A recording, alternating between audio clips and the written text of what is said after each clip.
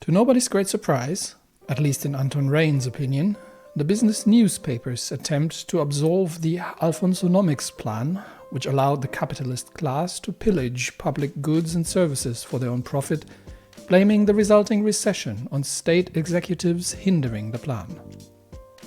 Energy, transportation, healthcare, education, pharmaceuticals, military production.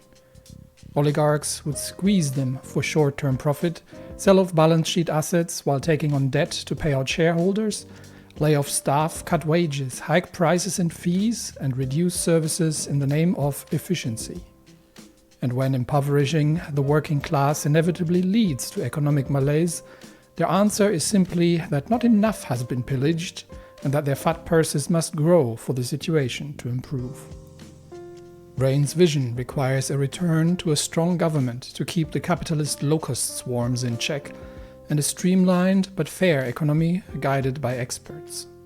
However, he would need allies, and in a political climate of circling sharks, that would be a tall order to fill. Part of the problem, of course, is that these reports are not just made by the Economist's newspaper, but they have for these interviewed experts like Michael Aven, who is the chairman of the National Business Council and is of international fame when it comes to reducing poverty. And Edith Anyok, who is the head of the Central Bank of Sordland. She does come from abroad. She has grown up in Arcasia, which is sort of the, as you can see, sort of the Anglo-Saxon West in this entry here.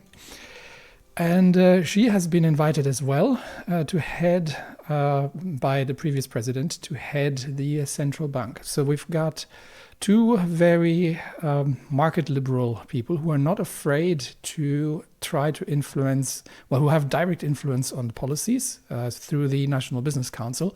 And obviously, the head of the central bank has a very central role when it comes to economic steering. So these are two people that we absolutely need to keep an eye on. And I'm actually going to start taking notes because at first somebody was recommending that to me. But it also helps me because I don't record these back to back, but I generally try to wait for some comments to come in before I record the next 1 or 2 episodes, which means that when I have other things in my head, I often forget what's going on. So it helps me refresh my mind.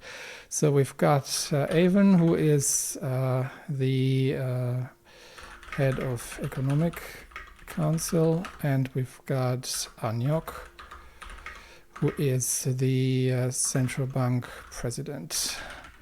And that is all on the economics front. So these are people that we need to work with, and that we need to either get on our side, and it is fine to have different opinions, but the question is, how much are they going to torpedo the economic actions of Anton Rayne, because they're clearly against the idea of a planned economy under a strong government, which is what Rayne favors. So either we have to convince them to work with us, or we have to replace them in some way.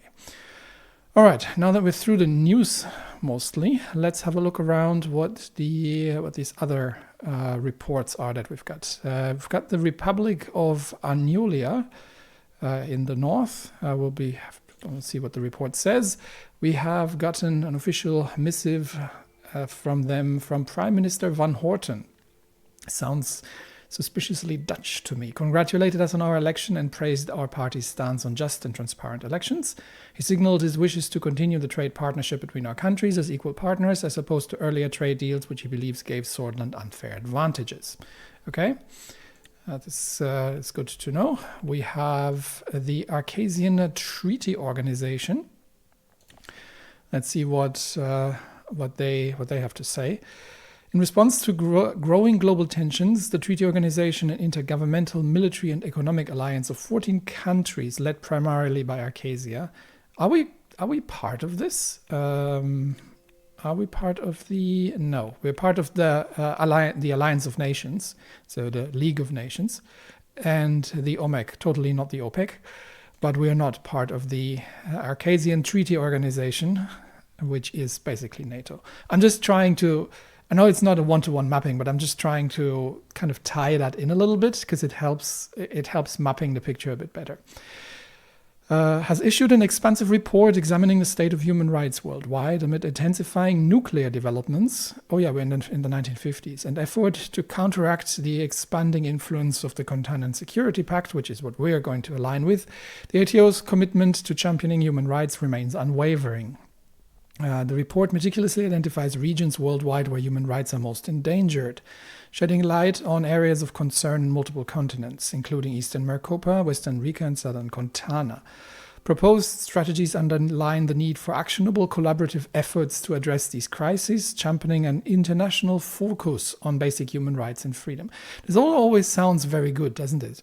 But it generally involves NGOs and eventually humanitarian interventions in order to further military political ambitions. As the specter of potential tensions and proxy wars looms, the report calls for nations to remember that the fight for universal respect for human rights dignity transcends political and ideological divisions. Sounds very good, but always to be taken with a grain of salt, because what they say is one thing, but oftentimes it can be a facade for more sinister influence campaigns. All right, now we know where they stand. We've got the Democratic Republic of Volksland, or with these are the people that we need to have improved economic ties with, I think I remember. So we've got the Chancellor Hegel sent his congratulations on our great victory and wished for close cooperation between our countries in the future. Yes, probably. He signaled concessions from Volksland in case of a promising trade deal. Yes, please. He also congratulated the Swedish democracy for the successful elections and warned us about the threat Arcasia's growing influence poses in Eastern Maricopa. Yes, we are looking to become the beachhead, sort of, on the continent. And there's obviously an East-West sort of Cold War brewing here. Let's have a quick look at Emmerich Hegel. And he's a communist revolutionary. Okay, so that's definitely somebody who we need to work with. I might read the full things off screen, but I'm not necessarily going to read aloud the whole codex. Otherwise, we're never going to get anywhere. So, just for my personal context, what else do we got? We've got the Republic of Velen. Was this where the proxy... There was a proxy war, wasn't there? I completely forgot already. I should have taken note of that. Let's see. President Smolak sent his congratulations to the election victory and wished for a cooperative future between Velen and Sordland, signaling a desire to normalize the public situation between the two countries. So we're not having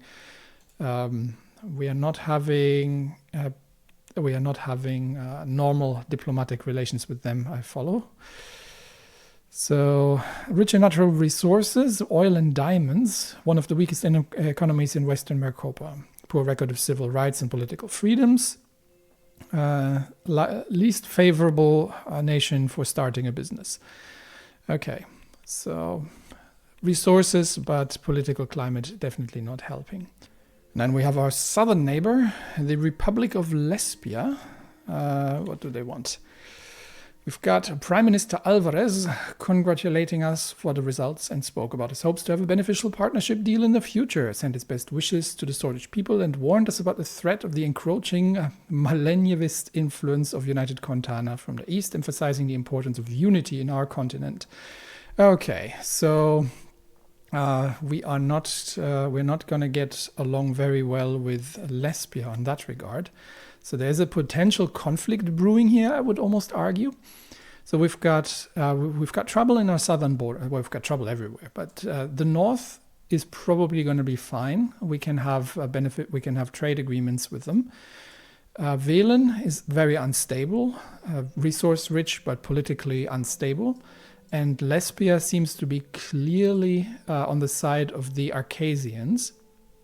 And obviously we've got the We've got the Kingdom of Rumburg, a military threat from the north. And so if we are orienting east, we're definitely going to be losing out with Lesbia, but we will have improved trade with Valksland. However, this all puts us in a militarily precarious situation, because the subtext between the line is pretty clear, that the Arcasian Treaty Organization sees this as part of their area of influence on the continent, and sees the Eastern organization as a threat, and as such is potentially going to come down both politically and maybe even militarily on Sordland for this particular turn of events. That said, I am the president of Sordland, and as such, I am supposed to be there for the Sordish people. I don't know what the demographic build-up is between the southern area of Sordland and the people in Lesbia, because there were some tensions here. So that might be something we need to look out for at some point as well. It seems that nobody else has sent any missives from abroad. So let's start with the domestic situation. Confuses me that shifts right, but yeah, this is just to get the regional map. So we've got a few reports from Angland, which is bordering on Agnolia. What do we have? We've got the city of Laren. What do we know about the city of Laren? 400,000 people, and most of them Sordish. We have a significant Anglo-Sordish group, and we've got some Rumburgians here as well. And I have no idea what these religions are. So we have a majority and a religious minority. But obviously, given that it's a border region, that makes sense. Local municipality is governed by a mayor from the United Sordland Party. That's good to know. High levels of poverty. A large portion of the city's populace is experiencing critical levels of poverty. And as a lack of healthcare services, and reporting health problems are increasing. So that's something we need to deal with. We've got Arvory, another city in the north. Let's see what the report says. Mayor of Arvory, Eric Neal, reports a lack of adequate infrastructure around Arvory, which seriously undermines the attractiveness of the investment climate. Foreign investors, particularly from Agnolia, are becoming hesitant to invest in this city. Meanwhile, according to data published in the National Business Council, this is the thing led by Michael Avon, so the famous international economist, and this is the advisory council for the government. Around the people who are criticizing me in the newspaper. Around 19% of the company's total expenditures in Angland.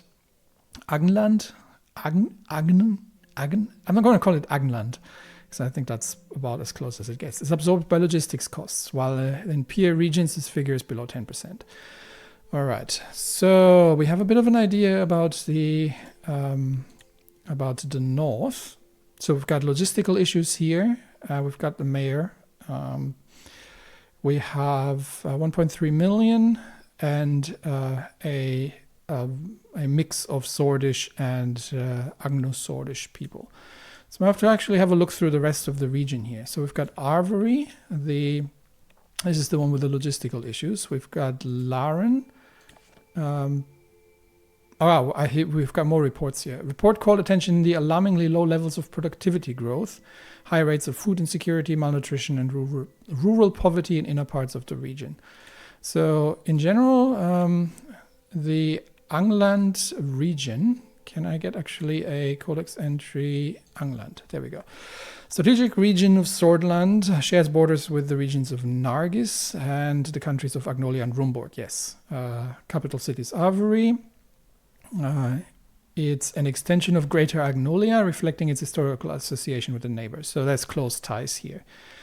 Regional economy heavily relies on trade with Agnolia, and fishing industry has struggled with stagnation. Coupled with high unemployment rates, economic hardship has positioned Angland as one of the more economically challenged regions in Sordland. Over the years, many Agnolian companies that used to operate within the region have relocated, leaving a palpable void in the local economy. Okay, so we're having economy from the northern neighbors pulling out. Bounded border with Rumburg. Okay. Region coastal areas are characterized by bays, fjords, and precipitous cliff lines, underscoring the geographical diversity. Angland has claims on Duru Island. Okay, so can we see that? This one. Oh dear. Okay, so we have some unresolved historic problems, and we have a sort of primary production agricultural northern region, but high levels of poverty and problems with poverty, healthcare, transportation, and Lenkurg, lack of road networks. So the same story here. We are in power. We have the mayors on the cities, but this place has been historically relying on investment from Agnolia, which they already said that they considered the treaties to be one-sided. And we might be able to get them back to invest. However, Agnolia obviously is a friendly country, so I hope that the continental politics are not going to make much trouble here. All right, let's look at the rest of it. We've got Nargis region with the city of Lachhaven. Let's read the report there. Latest marine traffic reports show that the port of Lachhaven is no longer the busiest in the Maricopa continent, falling behind to the 3rd position. While this is a negative indicator for our administration, Lachhaven still has the potential to shine again as a major trading center. Port of Lachhaven is the largest port in Sordland and holds enormous importance for the economy, particularly as the main distribution center linking the capital and inner parts of Sordland to the rest of the world. This major port city will hopefully keep supporting a possible economic upturn in the entire country if investment politics succeed. Okay, so that's our main port for trade routes and export.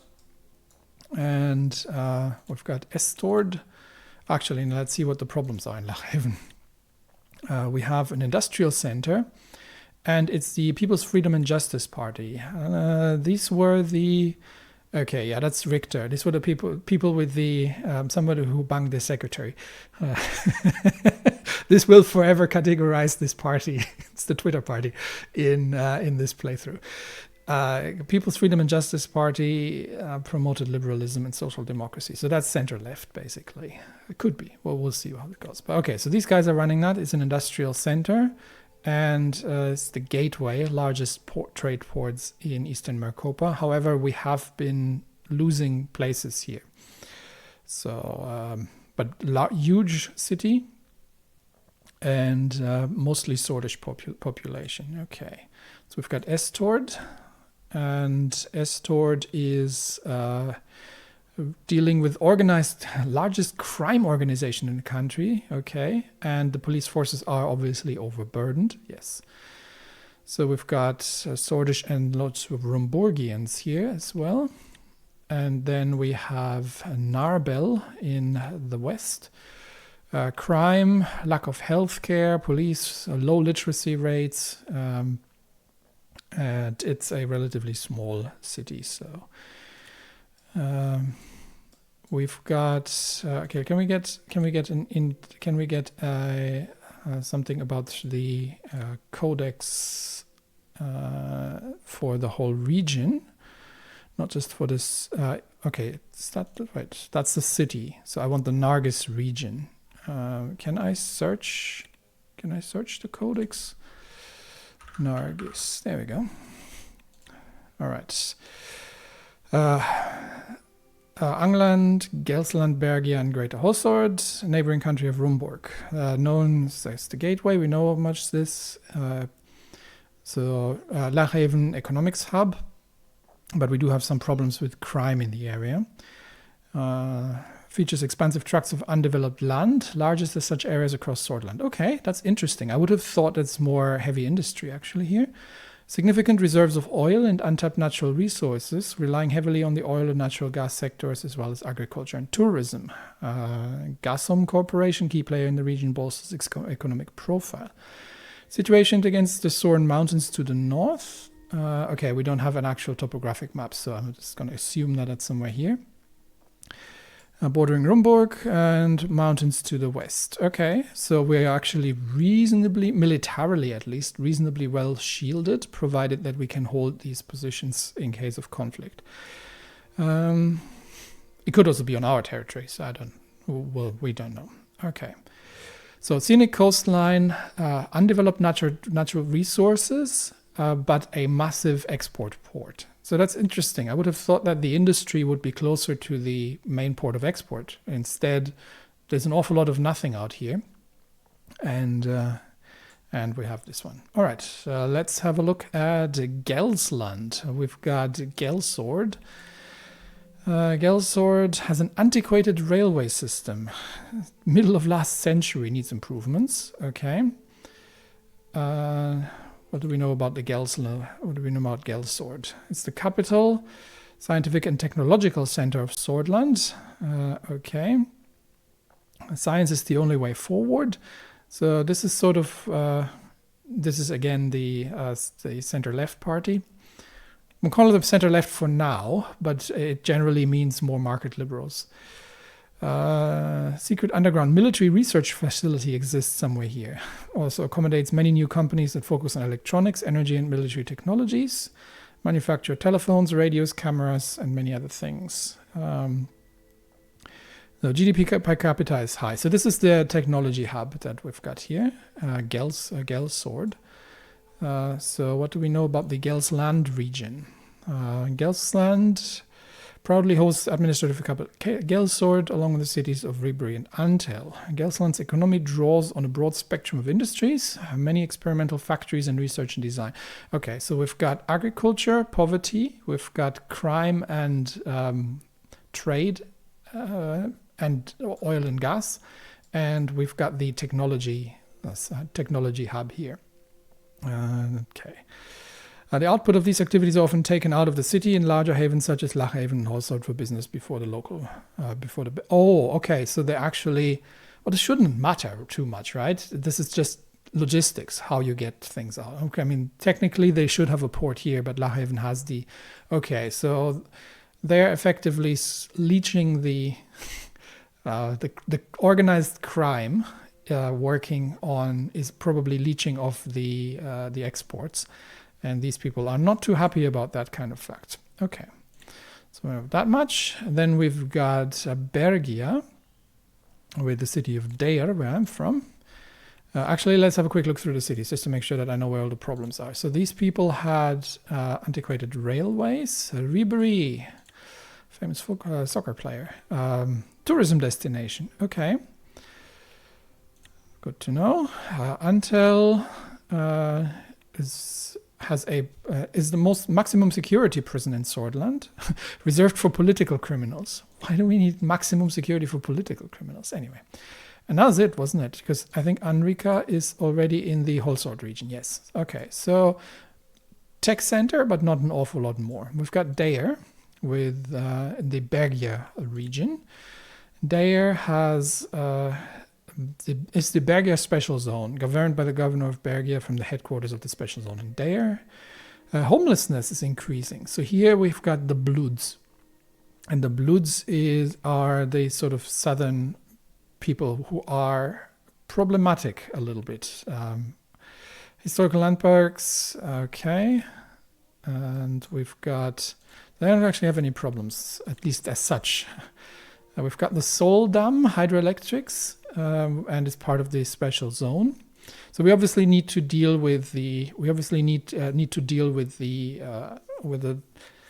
these kind of divides, because we are one country, and I see already that there's a strong sense of regionalism here, and as such, while people can have pride in their regions, at the very first they must be citizens of Sordland. and all work together if we are to overcome these problems. We've got Erzaren, nothing special here. We've got Uziren, literacy and lack of healthcare in the special Bergia zone. Rebel, literacy problems, and Sarna, which has no problems, at least nothing major. So what do we know about the Bergia region itself? Can we get to Bergia? There we go. Bergia is encircled by the northern regions, yes. Capital is nestled in a river delta, home to a substantial Bludish population, most significant minority in Sordland. Bludia is the old name, covering most of the geographical expanse of Greater Bludia, with the exception of northern territories in Valen, Lesbia. Okay, so that answers my question from earlier. So we have the... Yeah, come on. We have the... game? Stop that. We have the Bludish population probably around here. So there's a vocal minority which is probably looking for somewhat like independence of sorts. So integrating these is going to be important.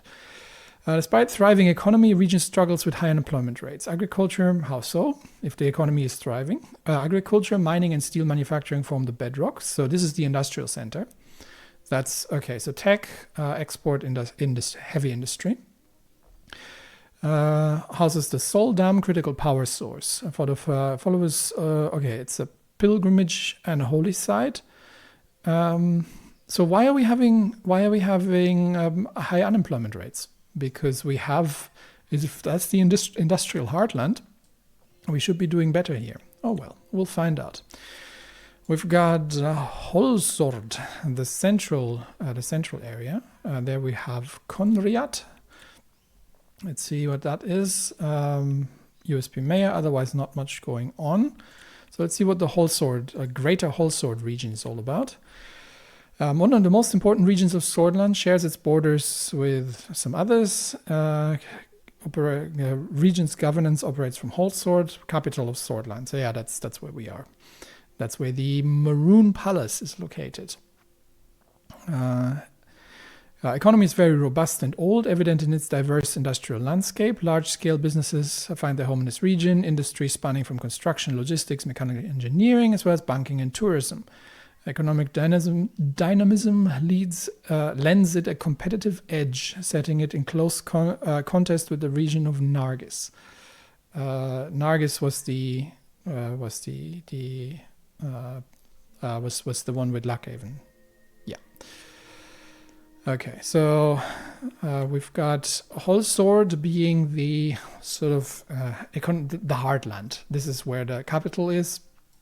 Then we've got heavy industry, export, and the mafia, agricultural poverty and fishing, booming technology sector, but some grievances. Okay, let's see if any of these cities have any specific problems. Historical tourism. We've got the National Front Party. National Front, that's the far right, isn't it? Yeah, there's the other opposition party. Okay, so this is sort of the historic heartland, old buildings and all this kind of thing, and Holsord itself, obviously. Holsord, any major problems? Logistical issues.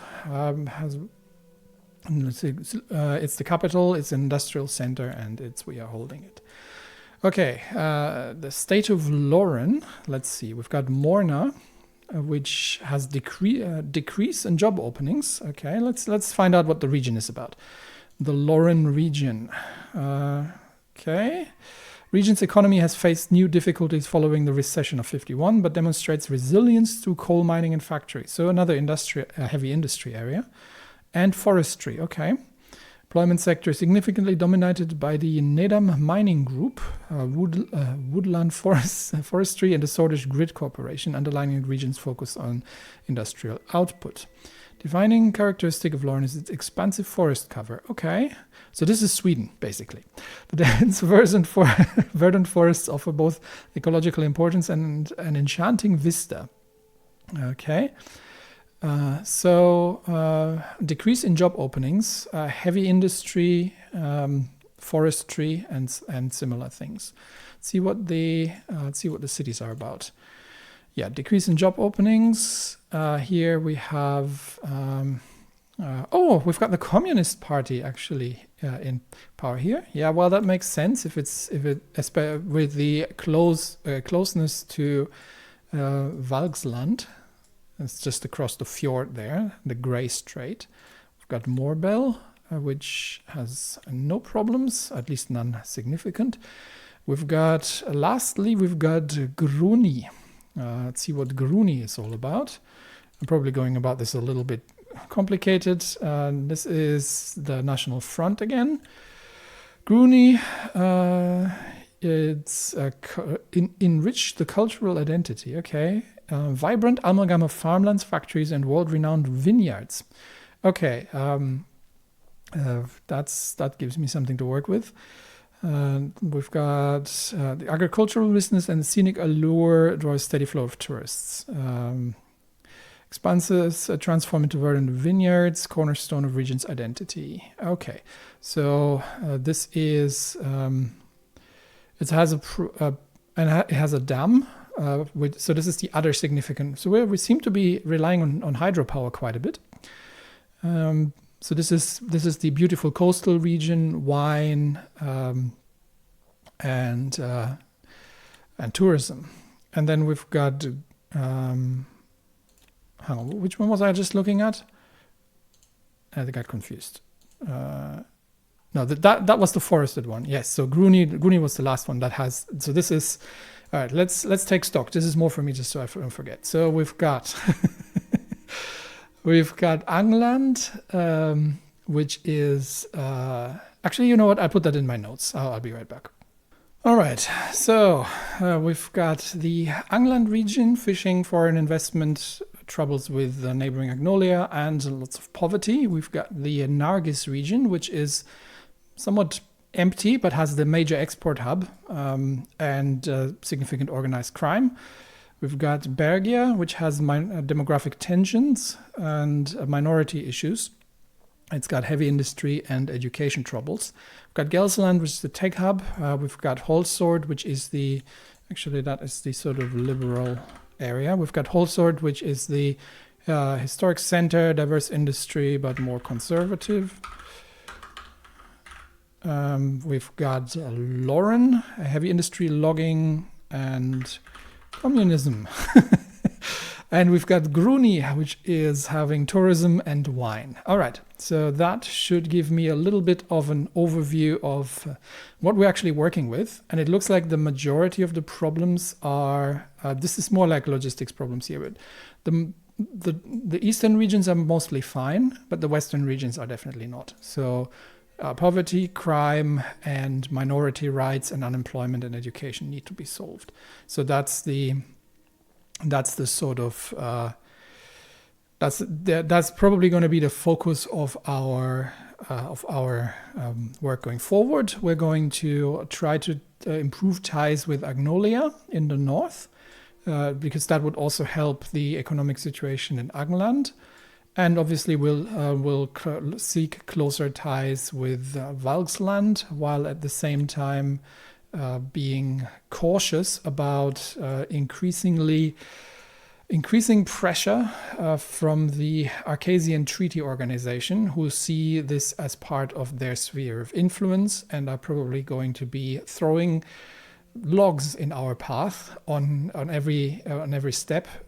Once they figure out that we are going towards closer connections with the Contanan Security Pact.